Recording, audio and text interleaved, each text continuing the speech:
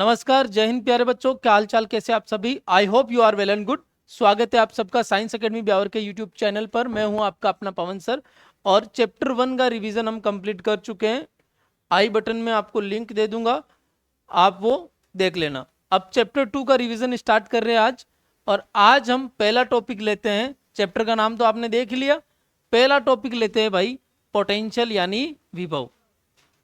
विभव क्या है, इसका मात्रक और विमा लिखिए। ये बोर्ड एग्जाम का एक फेवरेट क्वेश्चन रहता है, सीधा सा आपको पूछ लिया जाएगा। तो ध्यान रखना बेटा, विभव क्या है? किसी भी एकांक धनावेश को अनंत से विद्युत क्षेत्र में लाकर रखने में किया जाने वाला कार्य क्या कहलाता है?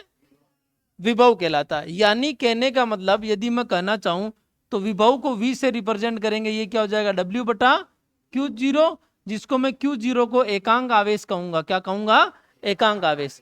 तो यहां से कुछ बातें निकल के आती है। पहली चीज तो ये कौन सी राशि है? अदिश राशि है। विभव एक क्या है सर? अदिश राशि है। बात समझ में आ रही क्या? इसका जो मात्रक है वो होता है जूल प्रति कूलाम, जिसे हम वोल्ट भी कहते हैं। क्या कहते हैं? वोल्ट भी कहते हैं।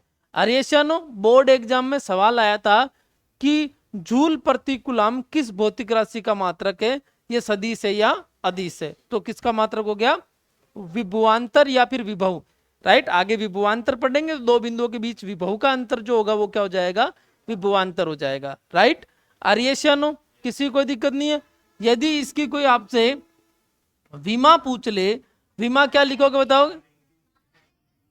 12 पीछे वाले T-3 A-1, यही है।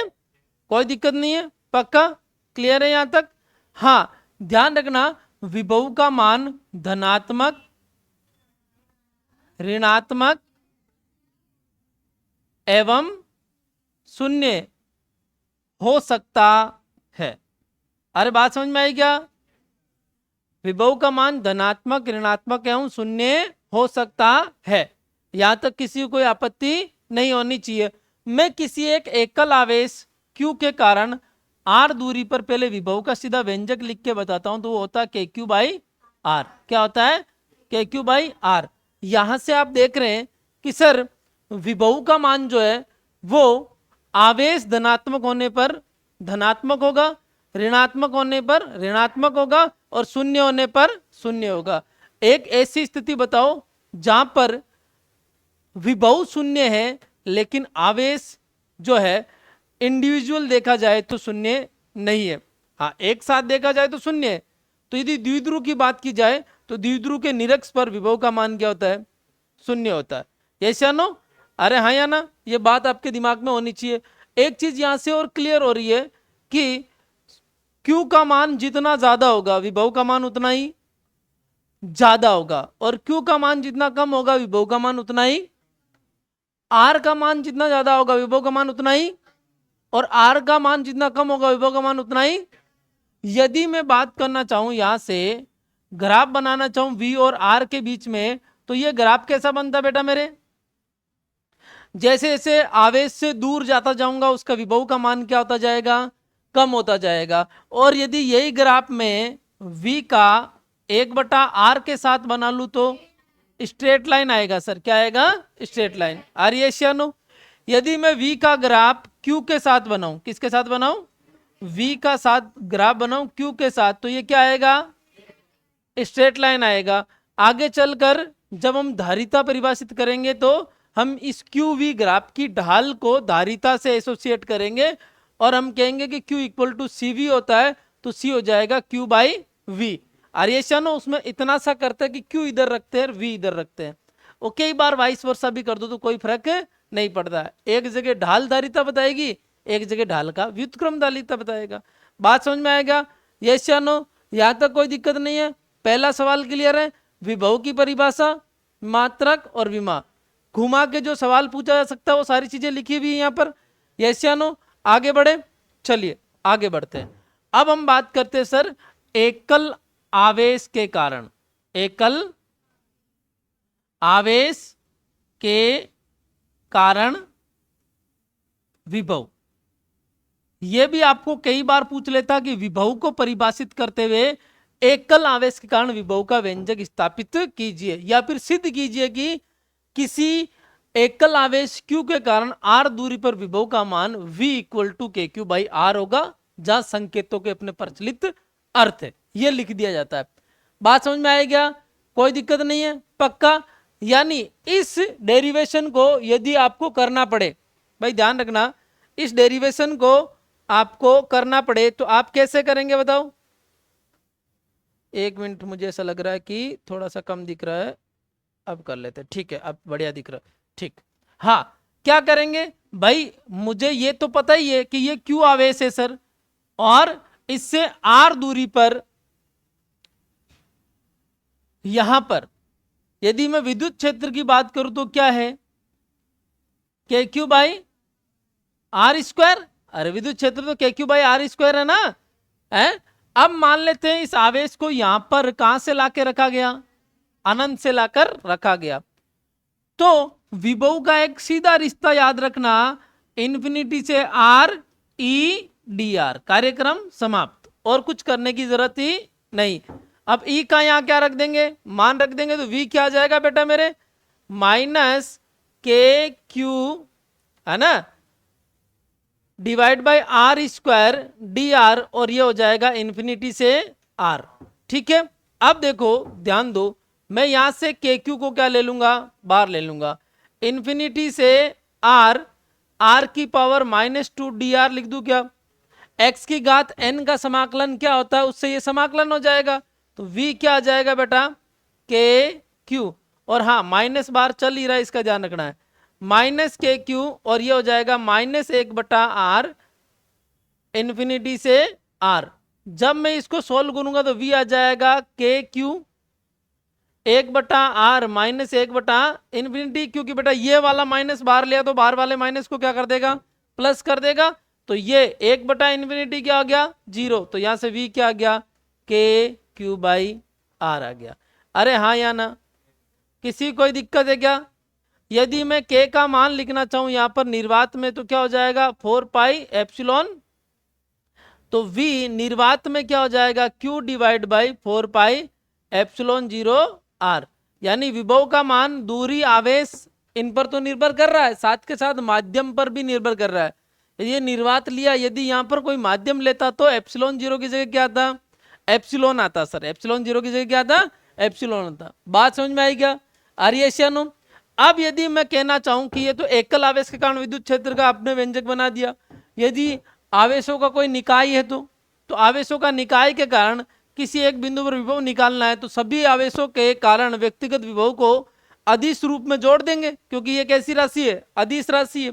अरे बात समझ में आई क्या? ये सियानो, और वो यहाँ पर बताने की जरूरत नहीं है। अब इसके आगे जो आता है बेटा, वो आता है आपका द्विध्रुव के कारण किसी बिंदु P R, थीटा पर विभव का मान। और ये डेरिवेशन बहुत बहुत बार बोर्ड एग्जाम में एज इट इज पूछा गया है कि किसी द्विध्रुव के कारण बिंदु P R, थीटा पर विभव का मान ज्ञात कीजिए। R, थीटा का मतलब क्या है? R तो उसकी केंद्र से दूरी है और थीटा उसकी कोणीय स्थिति है। बात समझ में आ गया क्या?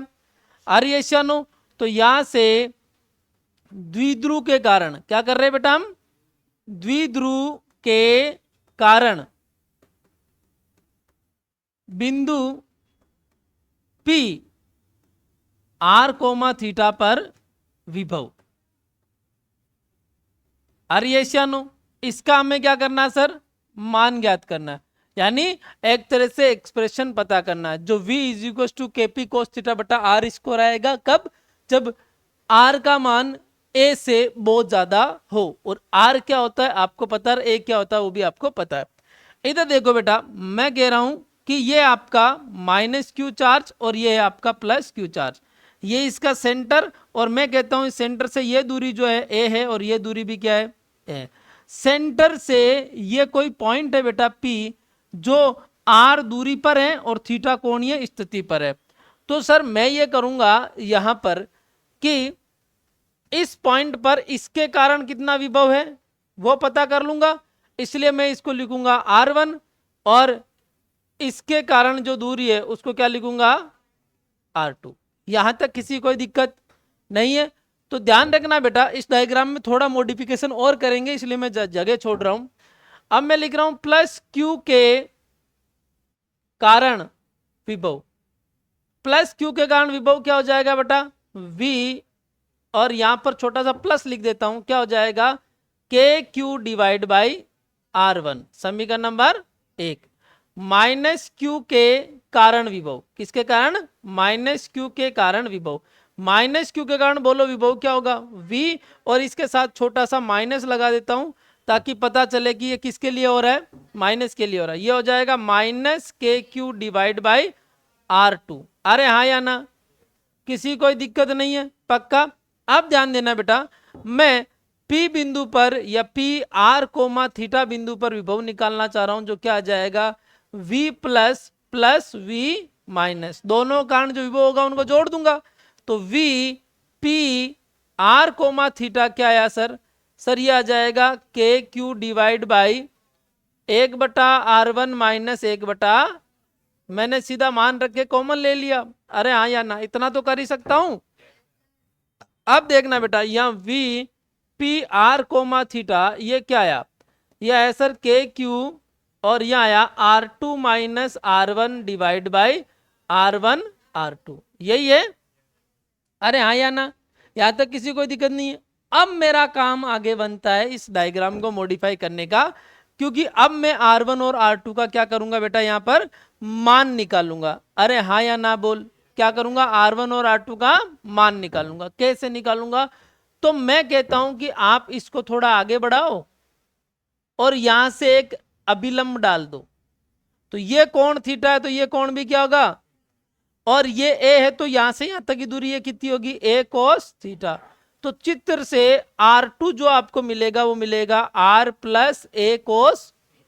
आप इसको डायरेक्टली भी याद रख सकते हैं, जब आप बोर्ड एग्जाम में लिखते हैं तो आप डायरेक्ट मेंशन कर सकते हैं, R2 यानी बड़ा, यानी R से बड़ा होगा। R से कितना बड़ा होगा, ए कोस थीटा बड़ा होगा। तो R2 बराबर क्या हो गया, R plus A cos theta. अरे हाँ या ना बोल। सिमिलरली मैं कहूंगा कि आप ऐसा करो, यहां से एक परपेंडिकुलर ड्रॉ करो, ये जो वैल्यू है ये क्या हो जाएगी, ए कोस थीटा। तो फिर R1 क्या हो जाएगी बताओ, R1 हो जाएगी R minus A cos theta. Time खराब करने की जरूरत नहीं है, सीधा ही लिख दोगे चित्रानुसार, R2 ये है, R1 ये है। दोनों का मान रखो, V P R comma theta क्या आएगा बेटे मेरे, के क्यू, ये हो जाएगा R plus A cos theta, है ना, और ये क्या हो जाएगा, minus R plus A cos theta, और नीचे हो जाएगा R square minus A square cos square theta. Directly कैसे लिख दिया पता चला, क्योंकि सर मैं R plus A cos theta और R minus A cos theta लिखूंगा तो A plus B, A minus B क्या होता है, A square minus B square. Okay, यहां से R कट गया, तो V P पॉइंट है उसके लिए बात की जा रही है, R कोमा थीटा पर क्या आ जाएगा, के क्यू, ये क्या हो जाएगा, ए कोस थीटा, और ए कोस थीटा कितना हो गया बेटा, 2a कोस थीटा, और नीचे हो गया R square minus A square cos square.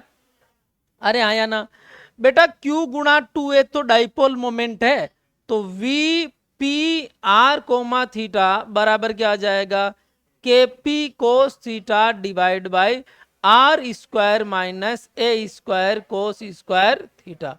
अब यहां पर मैं वो शर्त लगा दूंगा कि यदि इफ R का मान बहुत ज्यादा हो A से, तो ए स्क्वायर कोस स्क्वायर थीटा यहाँ क्या आ जाएगा, 0।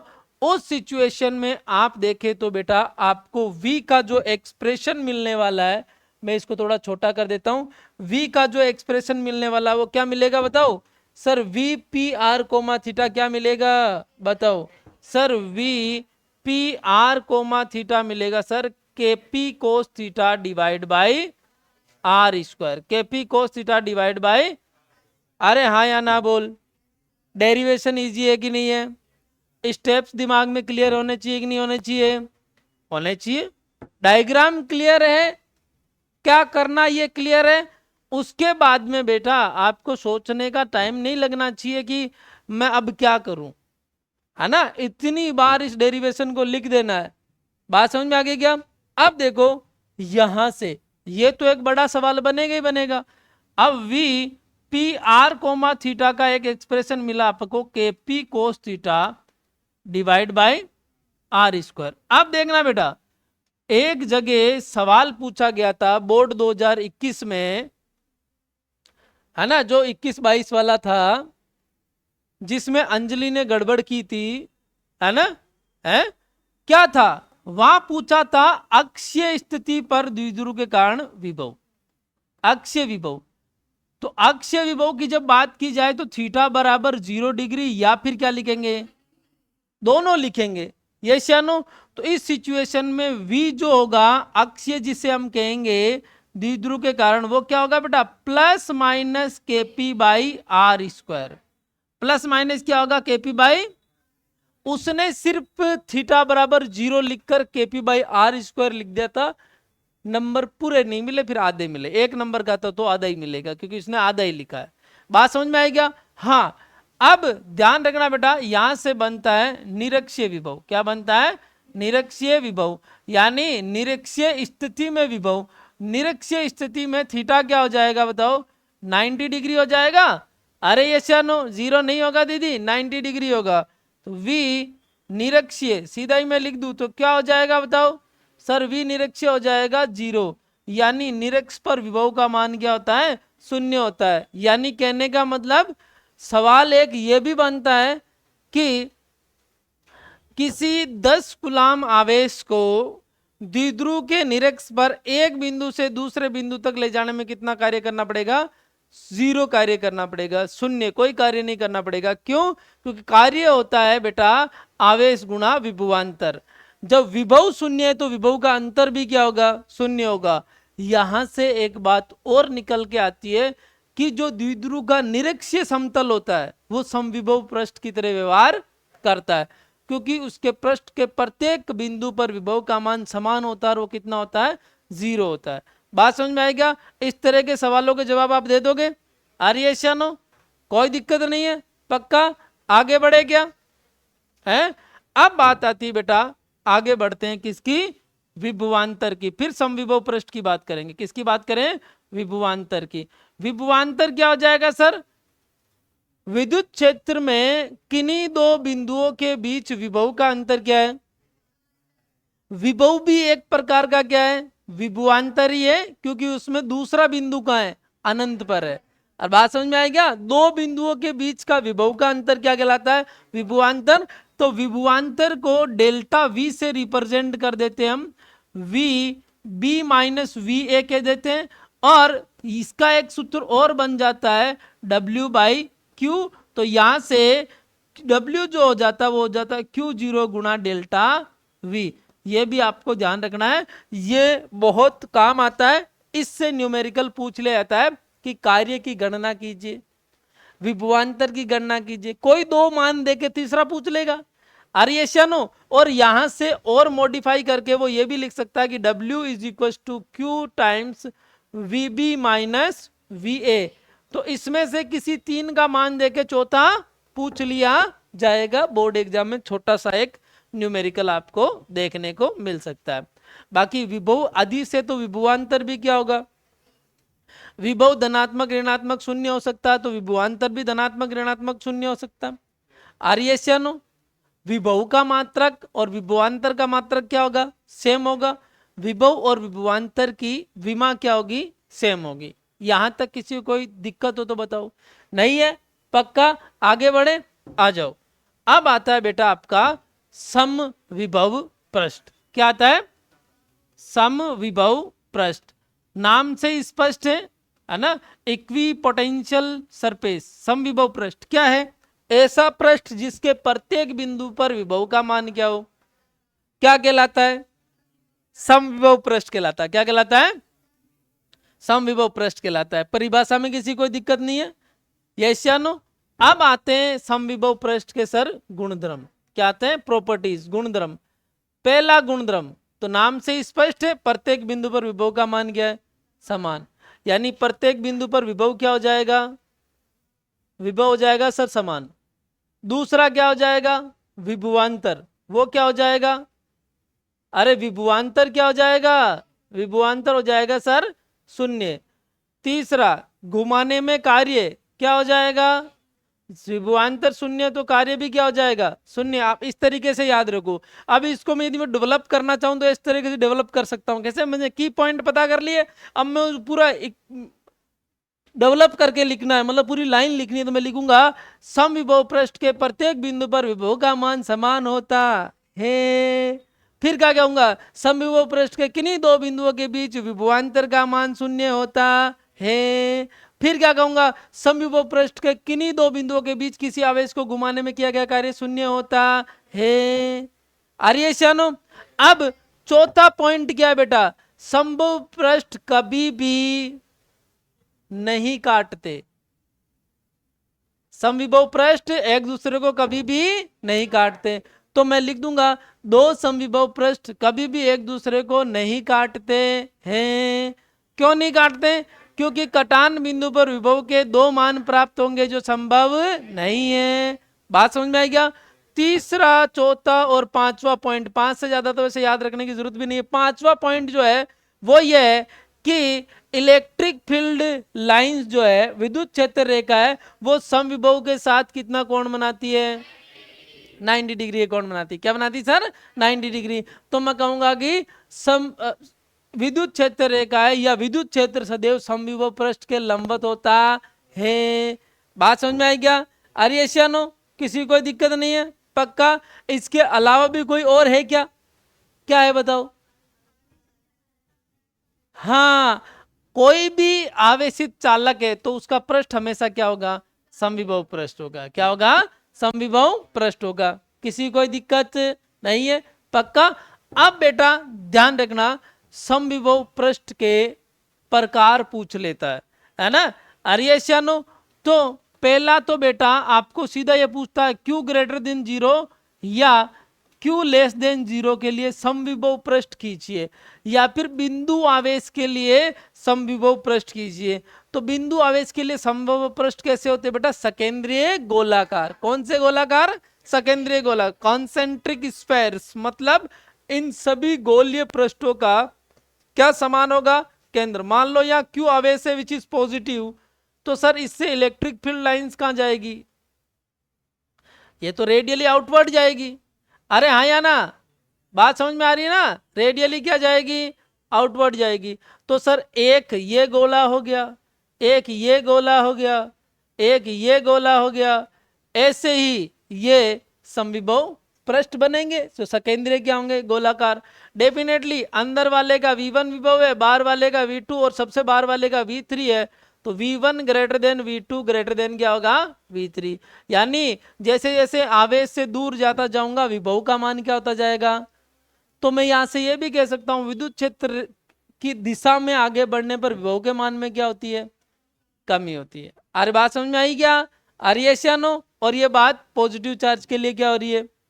अब यदि नेगेटिव होता तो एरो क्या हो जाते? उल्टे हो जाते। और क्या, बात तो बाकी सेम होती है ना। और फिर दूसरा यहां पूछा जाता है बेटा एक समान विद्युत क्षेत्र के लिए। किसके लिए? एक समान से पहले मैं बात कर लेता हूं रेखीय आवेश के लिए। किसके लिए? रेखीय आवेश। कौन सा आवेश बेटा? रेखीय आवेश। रेखीय आवेश के कारण समविभव पृष्ठ कैसे होते हैं? समाक्षीय बेलनाकार। क्या होते हैं? समाक्षीय बेलनाकार। मान लो आपके पास एक ऐसा पॉजिटिव चार्ज यूनिफॉर्मली डिस्ट्रीब्यूटेड है ना, तो इसके कारण ये बेलन, ये बेलन, ये सारे के सारे क्या होंगे? समविभव पृष्ठ की तरह काम करेंगे। सेम डायग्राम आप बना लेना। चलिए अब बात आती है सर एक समान विद्युत क्षेत्र। किसकी आती है? एक समान विद्युत क्षेत्र। एक समान विद्युत क्षेत्र के लिए समविभव पृष्ठ जो है वो कैसे होते हैं? समांतर समतल होते हैं। क्या होते हैं? हाँ, इधर देखना बेटा, ये एक समान विद्युत क्षेत्र बनाते हैं हम, है ना। इसमें ध्यान रखना ये इक्विडिस्टेंट पैरेलल लाइंस होती है, समदूरस्थ समांतर रेखाएं होती है। तो इन पर जो आपका जो समविभव पृष्ठ बनेंगे वो कैसे बनेंगे सर? वो इस तरीके से बना दो, है ना। प्रैक्टिस तो करनी ही पड़ेगी, है ना। प्रैक्टिस करोगे तो अपने आप बन जाएंगे। ये क्या हो गया आपके समविभव। यहां पता भी चल रहा है कि एंगल कितना है? 90 डिग्री। कितना है? 90 डिग्री। बात समझ में आई क्या? यहां तक किसी को कोई दिक्कत हो तो बताओ, नहीं है? चलिए एक बार वापस रिकेप कर लेते हैं, है ना, ज्यादा पढ़ेंगे तो क्या हो जाएगा। हाँ ये लो, हमने सबसे पहले किसकी बात की थी, विभव की। विभव कौन सी राशि है, मात्रक क्या है, विमा क्या है, धनात्मक ऋणात्मक शून्य है, एकल आवेश के कारण विभव कितना है, दूरी के साथ विभव के मान में कमी होती है, दूरी बढ़ने पर विभव क्या होता है, कम होता है। बात समझ में आई क्या। अरियनो दूरी के साथ दो ग्राफ है, आर के साथ ग्राफ है तो घटता हुआ, और 1/r के साथ जो है straight line passing from centre या फिर ओरिजिन कह दो उसको। विभव के आवेश के साथ जो ग्राफ बनता है वो एक स्ट्रेट लाइन बनता है। आ जाओ, एकल आवेश के कारण विभव निकालने के लिए सीधा ही मैंने बता दिया। एक और भी तरीका है जिसमें आप पहले W निकालो, फिर विभव की परिभाषा लगाओ, उसमें W में Q0 का भाग लगाओ, वो थोड़ा लेंदी प्रोसेस होता है। तो मैं कहता हूं आप डायरेक्टली उस प्रोसेस को स्किप करके इस प्रोसेस से काम कर सकते हैं, नंबर बराबर मिलेंगे। ठीक है, चलिए इसके आगे चले तो हमने कहा कि ये तो मोस्ट इंपॉर्टेंट रहता ही है, क्योंकि जब आता है तो 4 नंबर का आता है। जब ये सवाल आता है तो कितने नंबर का आता है, 4 नंबर का आता है। और आरबीएससी हिंदी मीडियम और आरबीएससी इंग्लिश मीडियम, आपके फिजिक्स का पेपर होता कितने नंबर का है, 56 नंबर का। और 4 नंबर में 1 नंबर और मिला ले तो बोर्ड का 1% होता है। और बोर्ड का 1% तब तकलीफ देता है जब इंस्पायर की कट ऑफ 93 होती है और आपके 92 होते हैं। यस या नो, है कि नहीं। और आपका इंदिरा प्रियदर्शनी अवार्ड 1% से चूक रहा होता है, और कई बार तो 93 पर इंदिरा प्रियदर्शनी मिल रहा है और आपके 92.80 है। इसलिए उन बच्चों के लिए तो एक एक नंबर क्या होता है, बहुत मायने रखता है, डिसाइडिंग होता है, राइट। तो इस क्लास को आपको बहुत सीरियसनेस के साथ करना है। मैं फिर कह रहा हूं, रिवीजन जो हो रहा है ना ये बाद में भी होगा, लेकिन यहां जो बैठे हैं मेरी नजर में बहुत सीरियस स्टूडेंट है। मार्क्स बोर्ड एग्जाम में कितने आएंगे वो तुम्हारी प्रैक्टिस पे डिपेंड करेंगे बेटा, लेकिन यहां जो बैठे हैं वो बच्चे हर तरह के कष्ट तकलीफ को सहने के लिए तैयार है। 8 बजे 8:30 पहुंचेंगे, 9 पहुंचेंगे, 10 पहुंचेंगे घर, कोई फर्क नहीं पड़ता, रिवीजन कर लेते बढ़िया, राइट। आ जाओ आगे, हमने जाकर मैंने आपको बताया क्या गलती अक्सर बच्चे करते हैं, अक्षय विभव में ये गलती होती है। आर्यशानो, अक्षय विभव में 0 और 180 दोनों ही लेना है, इसलिए प्लस माइनस केपी बाई क्या होगा, R² होगा, है कि नहीं। आगे आ जाओ, विभवांतर की मैंने बात की थी, आपको परिभाषा दी थी, विद्युत क्षेत्र में किन्हीं दो बिंदुओं के बीच विभव का अंतर क्या कहलाता है। विभवांतर कैसे लिखते हैं वो भी बता दिया। तो विभव का जो मात्रक विभवांतर, यानी जो बात है विभव के लिए सही है वो सारी की सारी किसके लिए सही है। बात समझ में आई क्या आर्यशानो। चलिए आगे देखो, हमने समविभव पृष्ठ की चर्चा की और समविभव पृष्ठ के ऐसे की पॉइंट्स लिख लिए हमने। अब इनको डेवलप किया जा सकता है, इसलिए मैं कहता हूं कि आप क्या करो, की पॉइंट याद रखो। थ्योरी में हमेशा की पॉइंट अपने दिमाग में होने चाहिए, फिर डेवलप वहां बैठ के कर सकते हो। आर्यशानो कर सकते हो ना। होता क्या है, बच्चा है ना पूरी पूरी लाइनें रट रहा है और एक लाइन भूल गया तो आगे वाली सारी साफ।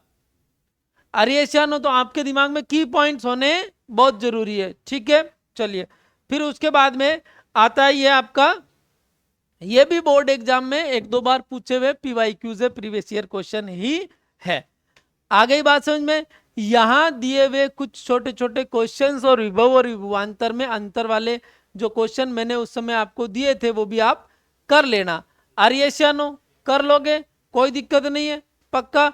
तो अब इसके बाद जो आपका नंबर आएगा वो किसका आएगा बताओ, टॉपिक क्या है इसके बाद।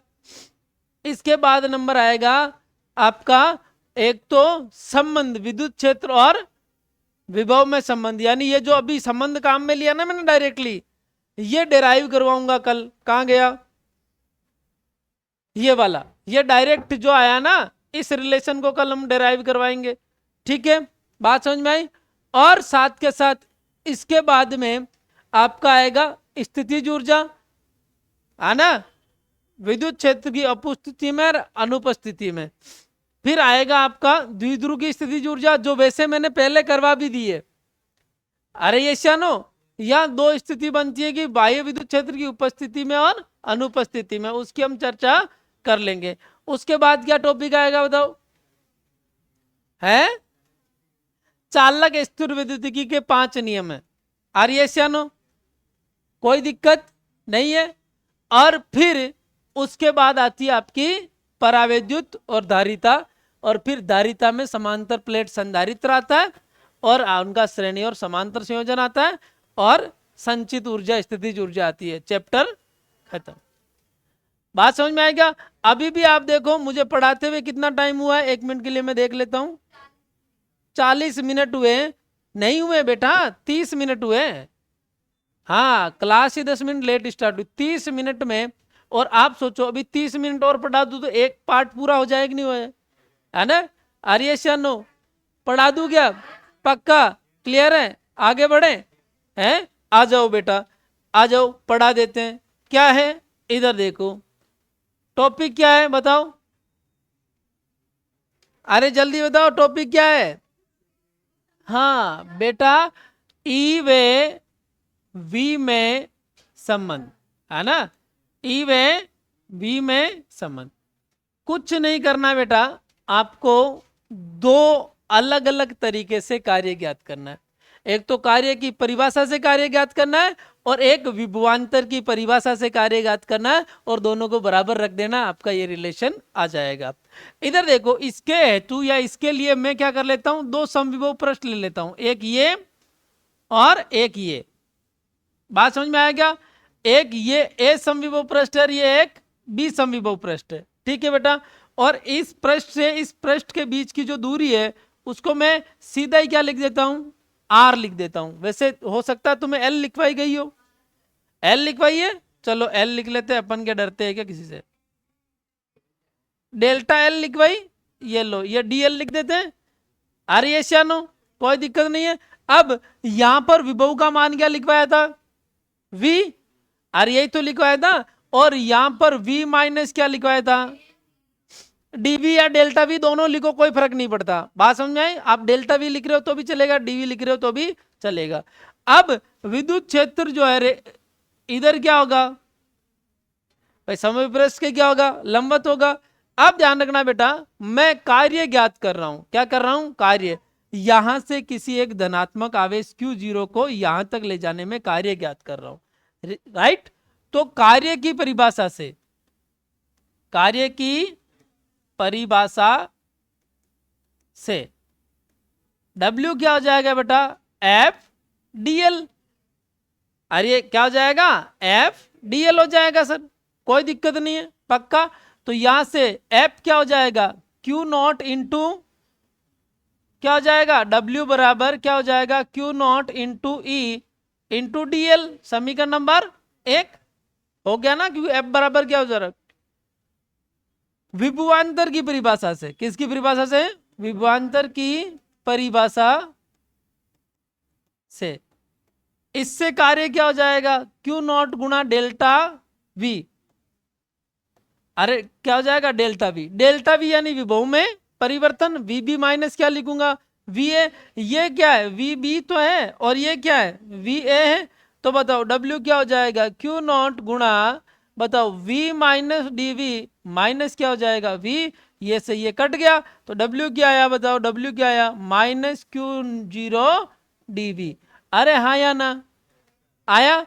अब ये समीकरण नंबर 1 है, ये समीकरण नंबर, दोनों से आपको कार्य मिला, एक ही आवेश के लिए मिला, एक पृष्ठ से दूसरे पृष्ठ तक ले जाने में मिला, सारी सिचुएशन सेम है, तो ये क्या होना चाहिए?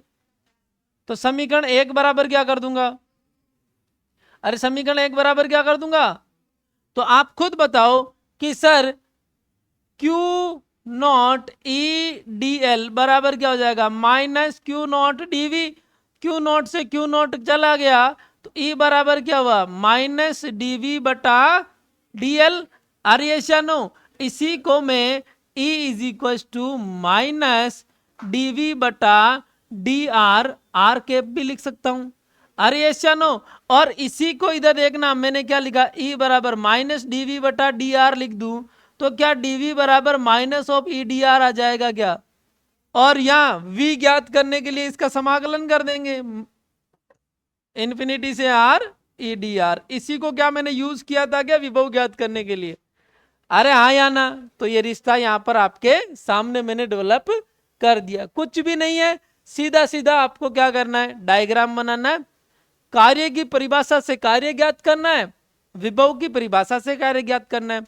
बस आपके दिमाग में ये स्पष्ट होना चाहिए कि मुझे ये चुनना क्या है, बस इतना सही है। उसके बाद में अपने आप आ जाएगा। आर्यशा नो, आप अपनी एनसीईआरटी खोलोगे तो इसके जस्ट बाद 2-3 लाइन लिखी हुई है प्यारी प्यारी। एक ये कह रहा है कि विद्युत क्षेत्र की दिशा में बढ़ने पर विभव के मान में क्या होती है, कमी होती है, इसे विभव प्रवणता भी कहते हैं। ये सारी बातें आप देखो वहां पर लिखा हुआ है। आर्यशा दूरी के साथ विभव में परिवर्तन की दर क्या है बेटा, विभव प्रवणता। आर्यशा और विभव प्रवणता का ये डीवी बटा डी आर को विभव प्रवणता कहते हैं। विभव प्रवणता का ऋणात्मक मान उस बिंदु पर क्या देता है, विद्युत क्षेत्र का परिमाण देता है या विद्युत क्षेत्र का मान देता है। बात समझ में आ रहा क्या?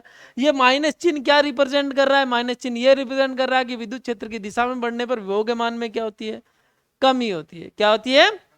अरे हाँ या ना, किसी कोई दिक्कत? पक्का? अरे हाँ या ना।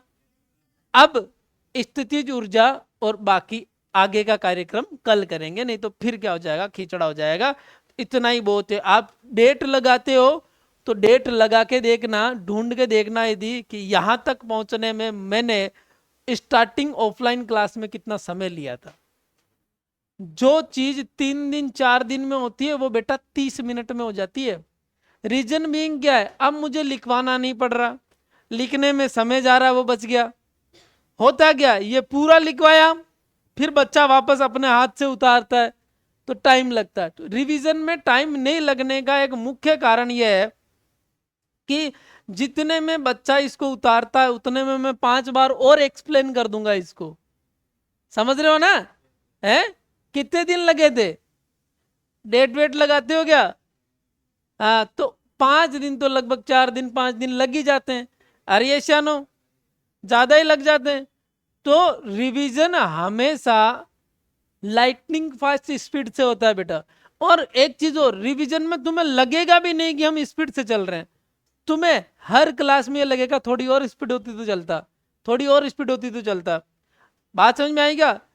आप दिसंबर आने दो, है ना, ये मैं आपको यहां ये लाइव भी डलेगा, मैं आपको कह रहा हूं एक ऐसा संडे चुनेंगे जिसमें सुबह 7 बजे प्रारंभ करेंगे और शाम को 7 बजे तक पढ़ेंगे। तुम्हें सुबह शाम को 7 तक दोनों किताबें नहीं करवा दूं तो मेरा नाम बदल लेना। एक भी टॉपिक छुड़ाए बिना दोनों किताबें सुबह से शाम तक आप नोट्स लेके बैठ जाना, है ना, खाना पीना यही लेके बैठते हैं, है कि नहीं? कर ले चैलेंज, ठीक है। तो ये काम ऐसा करते हैं, आपके अर्धवार्षिक एग्जाम से पहले वाला कोई संडे आएगा उस दिन कर देंगे सुबह 7 से शाम को 7 तक। बात समझ में आएगा, है ना? हाँ, उसके लिए लेकिन रिकॉर्डिंग नहीं हो पाएगा, 12 घंटे का रिकॉर्डिंग, ये लैपटॉप तो फट जाएगा। तो अपन ऐसा करेंगे, कोई हार्ड डिस्क वगैरह लाएंगे, है ना, उसको भी कनेक्ट कर लेंगे साथ के साथ ताकि डेटा उसमें स्टोर होता रहे। बीच में 10-15 मिनट का गैप रख लेंगे, और क्या इंटरवल रख लेंगे, और तो क्या है कि नहीं, ठीक रहेगा, है ना। पूरी किताब, मैं फिर कह रहा हूं बेटा ये बड़ी बात नहीं है। मैं जब तुम्हारे तरह पढ़ रहा था भाई, जिन जगहों से जिन रास्तों से तुम गुजर रहे हो, जिन स्थितियों से जिन फेज को तुम फेस कर रहे हो, वो हमने भी किया है, इसलिए हमें पता है। हमें भी जब हमारे टीचर है ना ऐसे कहते थे ना कि मैं खड़ा खड़ा पूरी किताब बोल दूं, तो हमें ऐसा लगता था साला कंप्यूटर है क्या इसका दिमाग, इतना डेटा कैसे स्टोर कर लिया। लेकिन अब धीरे धीरे पढ़ाते पढ़ाते जब ये चीज हमारे लिए बहुत स्वाभाविक और बहुत ही क्या होगी, नॉर्मल हो गई, तो हमें ऐसा लगता है कि चीजों को समय देना होता है बस, बाकी वो आपके साथ क्या हो जाएगी, जुड़ जाएगी। आपको फिर अलग से यूं याद रखने की जरूरत नहीं है, आपके दिमाग में पूरी कनेक्टिविटी रहेगी चैप्टर 1 से लगाकर लास्ट तक। जब एक एग्जाम देने पर बच्चे से ये उम्मीद की जाती है कि उसको पूरी किताब याद हो, तो फिर पढ़ाने वाले मास्टर को भी पूरी किताब याद होनी। और एक समय के बाद उस मास्टर को यदि वो ईमानदारी से पढ़ा रहा है तो वो किताब अपने आप याद हो जाएगी, बिना किसी एक्स्ट्रा लोड को लिए अपने आप वो किताब याद हो जाएगी। आप जब 2-3-4 बार डेरिवेशन कर चुके होंगे ना, तो ये डेरिवेशन आपके लिए कुछ भी नहीं होगा। क्यों? क्योंकि आपको सब कुछ पता है उस डेरिवेशन के बारे में, स्टार्ट कहां से करना है, बीच में क्या लिखना है, एंड रिजल्ट क्या है। जब मैथ्स के सवाल हम करते थे तो हमें किसी सीनियर का एग्जाम्पल दिया जाता कि वो फलाना था, वो नीचे से सवाल शुरू कर देता था, ऊपर तक आ जाता था, मतलब उसको आंसर तक पता है। ये सियानो तो हमें लगता है यार जादुई इंसान है यार, गजब है यार, है तगड़ा ही तो था रट्टू कड़ी यार, ऐसा कोई रटता है क्या, क्वेश्चन को नीचे से ऊपर तक रट लिया, ऊपर से नीचे तक रट लिया। पढ़ाते पढ़ाते हमारी स्थिति वो हो गई। उसने, उस बच्चे ने एक्स्ट्रा क्या किया, उसने एक्स्ट्रा सिर्फ और सिर्फ लिख के प्रैक्टिस की और कुछ भी नहीं किया। उस बच्चे की बुद्धि और तुम्हारी बुद्धि में कोई बड़े लेवल का डिफरेंस नहीं है। द डिफरेंस है तो उसने उन चीजों को 5 बार कर लिया और तुमने सिर्फ 1 या 2 बार ही किया है। जिस दिन तुम 5 बार कर लोगे तुम्हें याद हो जाएगा, सिंपल सी बात है। और खुले हृदय से जब आप चीजों को अपने पास रखना चाहोगे तो भूल भी नहीं पाओगे अपने आप, सिंपल सी बात है। क्योंकि हर टॉपिक को पढ़ने के बाद उसके साथ कोई ना कोई क्वेश्चन एसोसिएट कर दो, Q&A, question and answer mode में पढ़ो कि इस टॉपिक से क्या क्वेश्चन बन रहा है, इसका आंसर क्या है, बस उस आंसर को सबको एक साथ लिख दो तो वो क्या बन गया, टॉपिक ही तो हो गया। बात समझ में आ रही क्या, आर्यशानो, ठीक है। हाँ, बाकी मिलते हैं कल, तब तक के लिए जय हिंद।